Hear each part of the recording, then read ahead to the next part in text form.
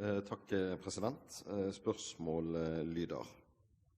Bergen Handelsgymnasium, eller kalt BHG, har et pågående forsøk med studiespesialiserende utdanningsprogram organisert som et 2-årig tilbud. Hordaland fylkeskommune ønsker nå å omgjøre forsøksordningen til et permanent tilbud.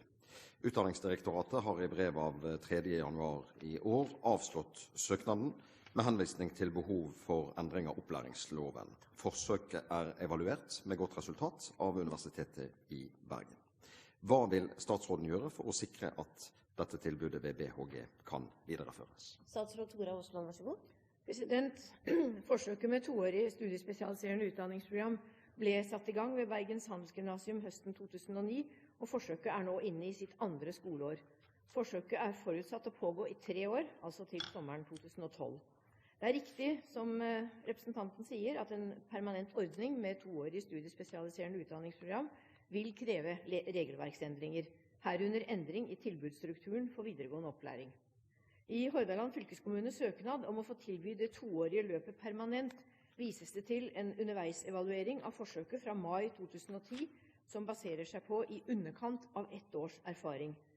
Rapportens formål var i hovedsak å oppsummere noen av resultatene fra det første kullets første år i det 2-årige løpet, og bidra til å heve kvaliteten på opplegget for det nye kullet som startet høsten 2010.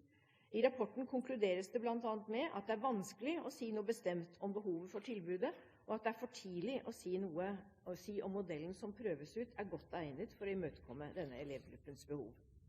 Det er ønskelig å prøve ut ulike pedagogiske modeller, og kunnskapsministeren er tilfreds med at Hordaland fylkeskommune nå gjennomfører forsøk med 2-årig studiespesialiserende utdanningsprogram. Det er for tidlig å vurdere om tilbudet skal bli nasjonalt etter bare 1 års erfaring med forsøket. En forutsetning for at forsøket ble satt i gang var at det skulle pågå i 3 år og evalueres eksternt etter avsluttet forsøksperiode. Når sluttevalueringen foreligger, vil kunnskapsministeren vurdere om regelverket bør åpne for 2-årig studiespesialiserende utdanningsprogram. Hordaland fylkeskommune søkte primært om å få gi et fast tilbud om 2-årig studiespesialiserende utdanningsprogram. Dette har Utdanningsdirektoratet avslått med henvisning til at en slik permanent ordning vil kreve lovendringer. Sekundært søkte fylkeskommunen om forlengelse av forsøksperioden, slik at nye elever kan tas inn til det 2-årige løpet høsten 2011. Ved en inkurie er spørsmålet om forlengelse av forsøket ikke behandlet av direktoratet.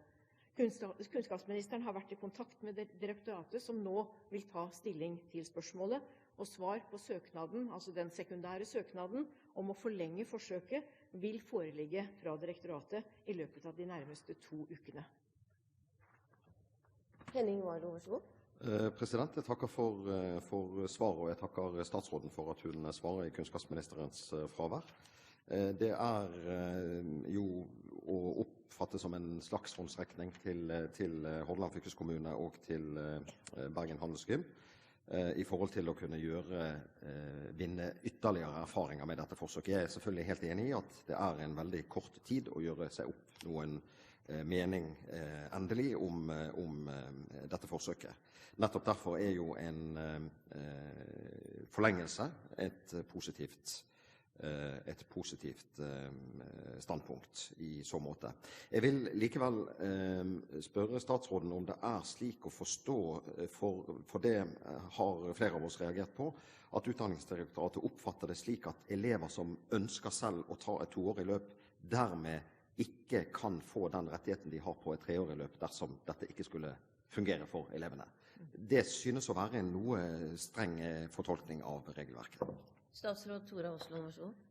President, det er jo nettopp fordi disse forsøkene utfordrer regelverket at vi trenger både litt lengre tid til forsøkene, og vi trenger en grundigere evaluering enn den rapporten vi så langt har fått.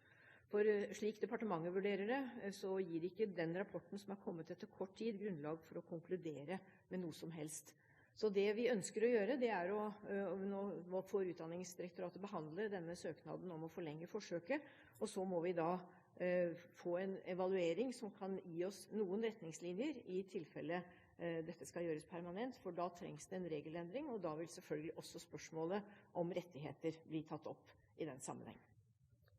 Henning Warloe til andre oppfølgingsspørsmål. Takk, president. Ja, for det er jo nettopp spørsmålet om rettighetene til 3-årig opplæring som brukt som argument for avslaget. Jeg har vanskelig for å se at opplæringslovens den rett man får til 3 års videregående opplæring, skulle gjøre det umulig å selv velge, dersom man også klarer det, å gjennomføre et 2-årig løp. Man har jo en rett til 3-årig, men ikke en plikt, naturligvis, til å gjennomføre dette på 3 år. Så vil jeg til slutt si at jeg mener Bergen Handelsgym har gjort et svært godt arbeid. Det fremgår også av rapporten i forhold til å utvikle dette tilbudet. Det er jo nybrottsarbeid, og det er svært viktig at vi kan få ytterligere erfaring med et tilbud som altså henvender seg først og fremst til elever med ekstra motivasjon, ekstra vilje til å jobbe hardt, for det er sannsynligvis noe vi trenger også i norsk skole. Statsråd Tora Aasland. Det ligger jo nok så grundige og lange erfaringer bak det 3-årige løpet vi har i dag på videregående. Det er klart dette er et tilbud til de som er ekstra motivert, og som er ekstra interessert i å gjøre det unna på kortere tid. Men det viste seg jo at av de som startet på dette 2-årige løpet høsten 2009, så har ganske mange sluttet underveis, fordi de har meget høy frafallsprosent, fordi de valgte å ta det litt mer med ro for å sikre seg gode karakterer, og dermed bruke det ordinære 3-årige løpet. Så jeg er overbevist om at det ligger gode grunner bak det regelverket vi har nå, men vi har ønsket å sette i gang disse forsøkene, og vi vil gjerne gjennomføre dem og se da, når vi evaluerer dem på en ordentlig måte, hva vi kan gjøre i tilfelle det skal skje noen endringer i oppfølgingen.